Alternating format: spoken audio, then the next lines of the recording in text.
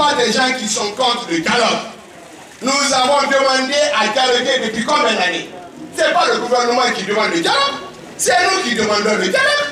Mais ce que nous avons demandé est très simple.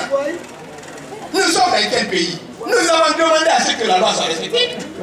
Le chronogramme proposé par la CENI viole le code électoral, viole les accords politiques, viole la constitution, viole les accords internationaux. Nous demandons simplement au gouvernement et au président, puisque tu as juré sur la constitution de respecter et de faire respecter la loi, mais annule le chronogramme pour qu'on se retrouve autour de la table. Ça, c'est compliqué. Est-ce qu'on a besoin de réfléchir pour ça?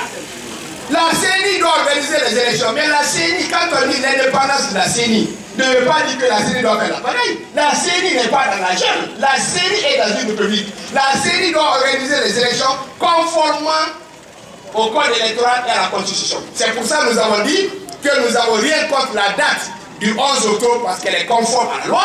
Nous ne sommes pas d'accord que le chronogramme, que la CENI décline le chronogramme, continue à prolonger le mandat des élus. Ce n'est pas normal. Si demain ils annulent le chronogramme, wassalam, nous serons là, nous serons les premiers à être dans la salle.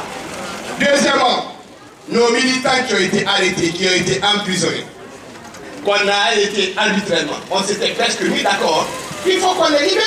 Libérer les militants, annuler le chronogramme, cesser de monter et descendre, comme ça on va se retrouver autour de la table, on va parler des autres questions. On a d'autres questions que nous allons discuter autour de la table, que je ne peux pas parler ici, mais là-bas on en parlera.